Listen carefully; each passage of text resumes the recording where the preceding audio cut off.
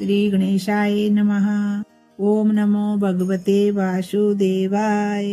छठा अध्याय। माघ महत्व की जय। दत्तात्रेय जी बोले, अब मैं तुमसे एक पूर्वकालीन इतिहास कहता हूँ। हे राजन, पहले सतयुग में नैसद्य नगर में कुबेर के सदृश धनी हेमकुंडल नामक एक वैश्य था, जो कुलीन, सत्क्रिया वाला, देवता, ब्राह्मण और अग्नि का पूजन करने वाला था।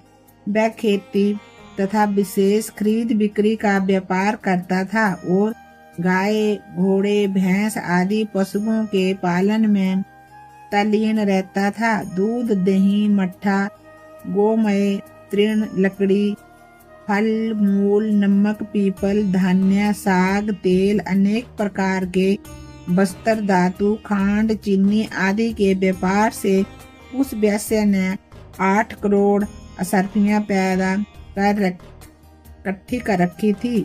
बुढ़ापा आने पर वह सोचने लगा कि संसार क्षणिक है। उस धन के छठे भाग से उसने धर्म के काम किए। विष्णु मंदिर, शिवालय बनवाए, समुद्र सदृश तालाब, बावली खुदवाए, बैर, पीपल, आम, जामुन, नीम आदि के जंगल तथा सुंदर बगीचे लगवाए। सूर्य उदय से सूर्य अस्त तक वह दान करता था। नगर के बाहर चारों ओर उसने सुंदर प्याऊ भी लगवाए। हे राजन, पुराणों में जो जो प्रसिद्ध दान हैं वे नित्य प्रति किए। तदंतर वह पापों का प्रायश्चित कर देवता तथा अतिथि पूजन में लगा रहता था। हे राजन, इस तरह सदाचार करते हुए उसके यहाँ 2 पुत्र पैदा हुए, जिनका श्री कुंडल विकुंडल नाम हुआ। तत्पश्चात वह वैश्य अपने पुत्रों पर गृहस्थी का भार छोड़कर स्वयं तपस्या करने के लिए वन में चला गया। गोविंद की तपस्या में अपने शरीर को कृश करके विष्णु लोक को प्राप्त हुआ। तब हे राजन, उनके दोनों पुत्र रूप और धन के मद में मस्त होकर गंदे व्यसनों में तल्लीन हो गए।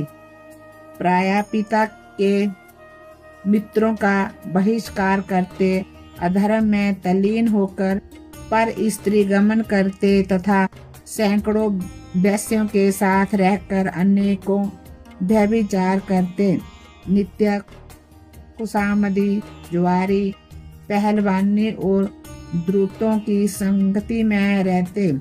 अच्छे वस्त्र पहनकर, कस्तूरी के तिलक लगाए, फूल माला और मोतियों के हार धारण किए हुए वे दोनों घोड़ा, हाथी, रथ इत्यादि पर चढ़कर पिता के धन को लुटाकर नष्ट करने लगे। प्रतिदिन भोग विलास में लीन होकर अपने घर में पड़े रहते, कुपात्रों में धन खर्च करते। उन्होंने ना तो संत पात्रों को दान दिया, ना ब्राह्मणों को दान दिया तथा ना कभी विष्णु भगवान की पूजा की। इसी प्रकार थोड़े ही दिनों में उनका सब धन नष्ट हो गया। इतना ही नहीं, बल्कि वे अति दरिद्री और दुखी हो गए। भूख और प्यास से दुखी होकर शोक में पड़ गए।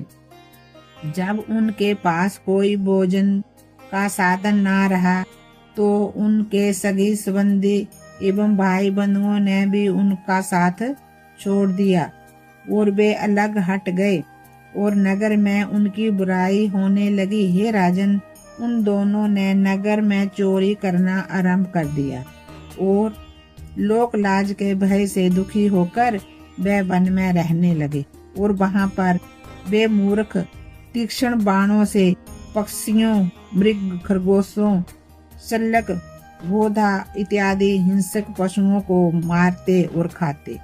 वे बड़े बलवान भीलों के साथ सदैव शिकार करते रहते। इस प्रकार मांस का ही भोजन करते हुए ये पापी एक साथ पर्वत पर गए। हे राजन, उनमें से बड़े को तो शेर ने खा लिया और छोटे को सांप ने डस लिया। एक ही दिन में वे दोनों मारे गए।